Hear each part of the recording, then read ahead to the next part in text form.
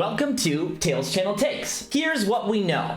A Sonic card game was officially announced for September 2021. A fast-paced and simple to pick up and play, new card game features colorful graphics and a racing theme for families and Sonic fans ages 6 and up. The upcoming Sonic the Hedgehog game will allow 2 to 6 players to play their favorite character like Sonic, Tails, Knuckles, Amy, Shadow, or Blaze. Players will race through new tracks, collecting rings and dodging enemies. Thereafter, the player with the most rings and lives remaining wins the game. Now, here's what we think of this news. It sounds very similar to a board game released a while ago called Sonic Crash Course. Many people were disappointed with the renders on the box. Now, I immediately reached out to Ryan, who is the owner of Tales Channel, and he said this shouldn't be surprising as Steamforged likely opted out to not use custom artwork for the card game due to the fact that they were using assets from the Sonic Style Guide, which is a very common thing to do among recent Sonic licenses, like the Monopoly game to the G Fuel drinks. They're all using pre-made style book assets. In fact, there was a Sonic X card game that did the exact same thing, using only screenshots from the anime or promotional art from the anime. Now, I was chatting with another friend of mine on Twitter, Leanna, and she reminded me that other card games like Magic and Pokemon have been known to commission fan artists, which is something I personally believe the Sonic community would adore.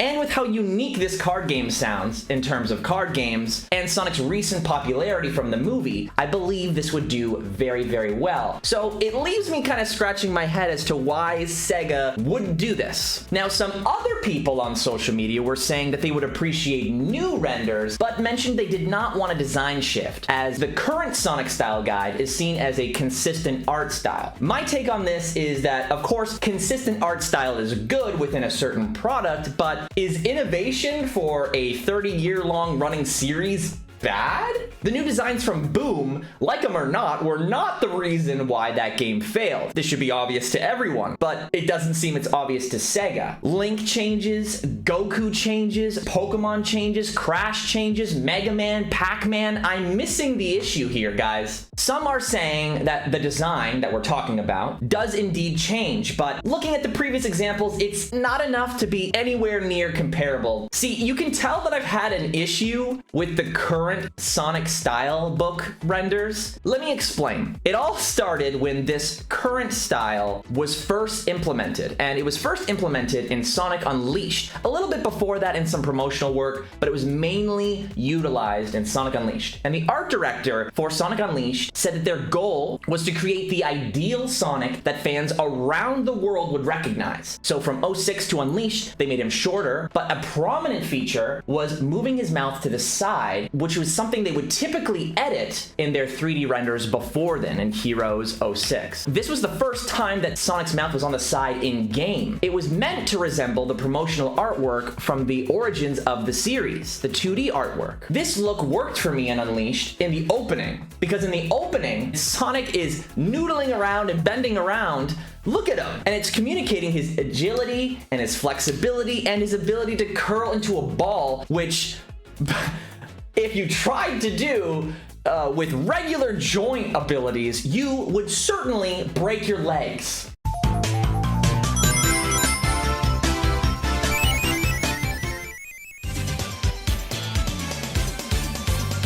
But I wouldn't have gotten through if I kept rolling.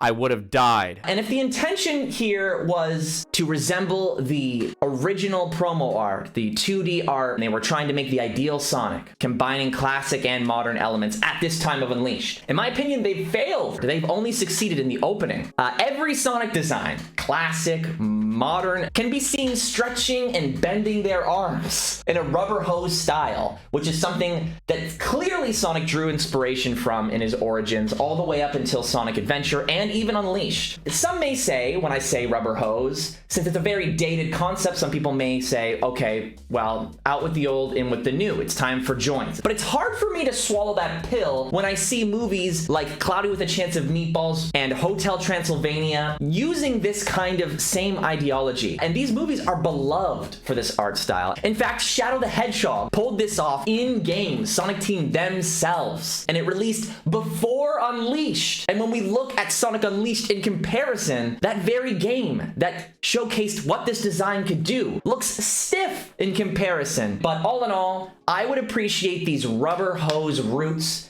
to be re-implemented in future Sonic media. What do you think of Sonic's current style guide? Let me know in the comment section below. And if you haven't yet and you like this series of Tails Channel videos, do not forget to subscribe and push the notification bell. Back on topic, why doesn't Sega want to produce a card game with its own unique art? My guess? The first thing that comes to mind since I worked at a toy store is that Pokemon's success in this market may simply be way too much, and they're not interested in competing at this time. And due to Sonic's past, Sega has a tighter grip on Sonic than ever before.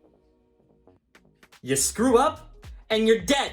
So, if fan art or new art was used, it'd likely have a lengthy approval process, and it would simply cost more to produce. Now, with Pokemon dominating this market so heavily, maybe this product is aimed at a much smaller consumer base. If that's the case, as a fan, I would appreciate this game reusing various pieces of Sonic artwork from his history, rather than just the current style guide. So anyway, this card game is looking like yet another avenue for Sega to make a little bit more money off of the Sonic brand. But with this assumed end goal for many Sonic projects recently, does this mean that at some point, Sega will invest those earnings back into the brand once again? Despite Sega's losses throughout the pandemic, Sonic sales have been strong. Many eyes are on Sonic now, thanks to his success from the movie, so I'd say it's now or never, but only time will tell. That's all for now. This was Evan for Tails Channel.